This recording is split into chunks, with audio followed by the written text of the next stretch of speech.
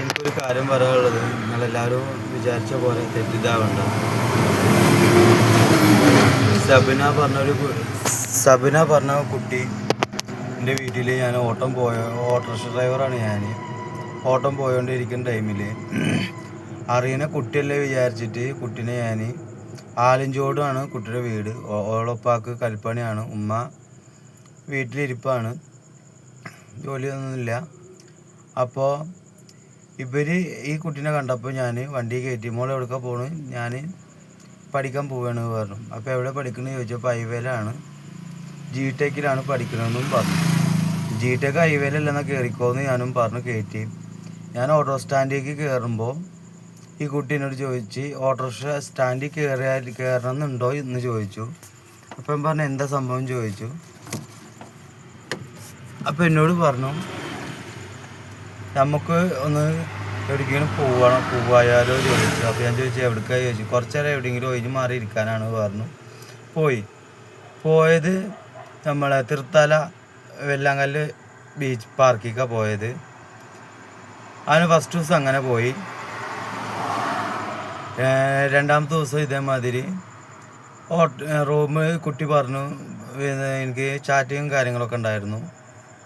അപ്പോൾ എന്നോട് പറഞ്ഞു, വിളിച്ച് ചാറ്റ് ചെയ്യുന്ന ടൈമിൽ പറഞ്ഞു നാളെ വരുമ്പോൾ പൈസ എന്തെങ്കിലും ഉണ്ടെങ്കിൽ കയ്യിൽ പിടിച്ചോ പറഞ്ഞു. അപ്പോൾ ഞാൻ ചോദിച്ചു എന്തിനാവശ്യം എടുക്കാ പറഞ്ഞു.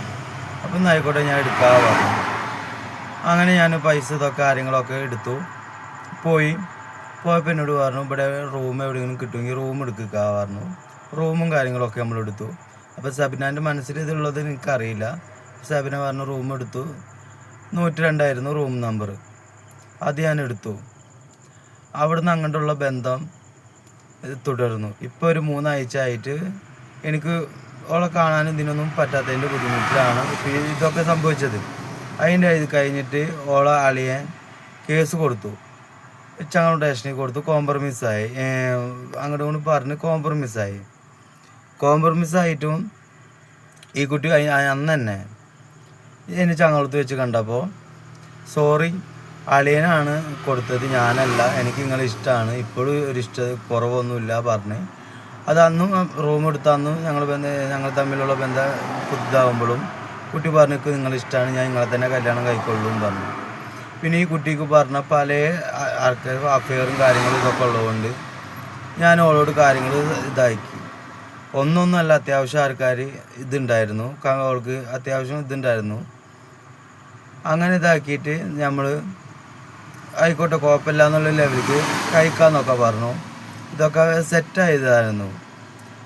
പിന്നെ ഇവിടെ വെച്ചിട്ട് ഞങ്ങൾ പോയതിൻ്റെ തിങ്കളാഴ്ച പോയി റൂം എടുത്തു. ചൊവ്വാഴ്ച ഇതേമാതിരി ഒരു ചെക്കനായിട്ട് മദർ ഹോസ്പിറ്റലിൻ്റെ അവിടെ ബൈക്കും ഇരുന്നിട്ട് കെട്ടിപ്പിടിച്ചിരിക്കുന്ന സീൻ കണ്ടപ്പോൾ ഞാൻ അവളോട് ഷൗട്ട് ചെയ്തപ്പോൾ ഇതാക്കി പോയി. ഞാൻ ആ ദേഷ്യത്തിന് ഉമ്മാക്ക് വിളിച്ച് വിവരങ്ങൾ കാര്യങ്ങളൊക്കെ പറഞ്ഞു. എനിക്ക് നിങ്ങളെ മോളെ കെട്ടിച്ച് തരുമെന്ന് വരെ ഞാൻ ചോദിച്ചു. അത് ഇന്ന് വരെ ഞാൻ തുടർന്നു. എന്നെ ചതിക്കരുത് കാര്യങ്ങളൊക്കെ പറഞ്ഞപ്പോൾ ഞാൻ അതേമാതിരി തന്നെ ചെയ്തു. ഇപ്പം എന്താ പ്രശ്നം വെച്ചാൽ ഇപ്പോഴും എനിക്ക് മാനസികമായിട്ടൊന്നല്ല, എനിക്ക് ഇല്ലാത്തതുകൊണ്ട് ഭയങ്കര ബുദ്ധിമുട്ടുണ്ട്. അതിന് പേരിൽ സംഭവിച്ചതാണ് ഇപ്പം ഈ മരുന്ന് കഴിക്കൽ ഇതൊക്കെ കാര്യങ്ങളൊക്കെ.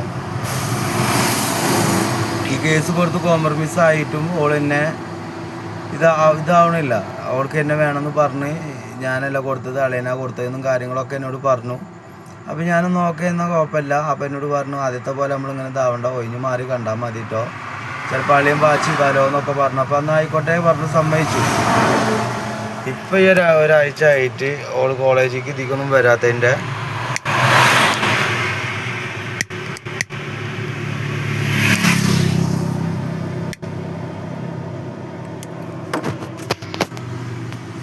അതിൻ്റെ പേരിൽ ഉണ്ടായതാണ് ഈ പ്രശ്നങ്ങളൊക്കെ. അത് അതിൻ്റെ ഓട്ടോ സുഹൃത്തുക്കളും എല്ലാവരും ഞാൻ അറിയിക്കാൻ വേണ്ടിയിട്ട് ഇതായതാണ്. ഇത് കുറേ കാലമായിട്ടുള്ള ബന്ധമാണ് ഈ സംഭവം.